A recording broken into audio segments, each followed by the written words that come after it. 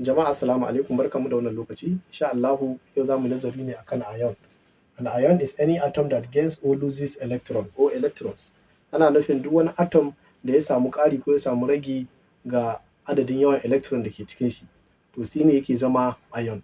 In ƙari ya samu sai ya zama negative ion, in kuma ragi ya samu sai ya zama positive ion.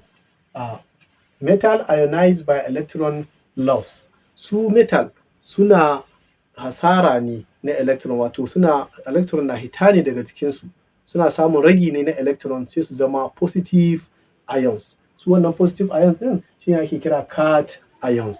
Mun gane ko? Misali aka ce sodium, ga yana ya yi hasaran electron guda ya hita sai ya zama Na plus, sai ya zama plus. Plus ɗin yana nufin plus 1 saboda electron guda ne ya hita jikin shi. Mun gane ko? Sai kuma calcium da ya hitar da electron biyu a jikin shi suka hita sai ya zama plus 2. Mun gane ko? Idan kuma irin su aluminium ne guda uku suka hita sai su zama mai plus 3. To haka na shi yasa muka sa etc. Suna nan haka na su metal suke. Suna ba da electron ne su zama ion. Sai kuma su non-metals ionized by electron gain. Su kuma in suka samu ƙari ne, electron ya zo a jikinsu, suka samu ƙarin electron shine suke zama ion. Suna zama negative ions ne waɗanda muke kira anions. Duk wani negative ion ana kiran shi anion.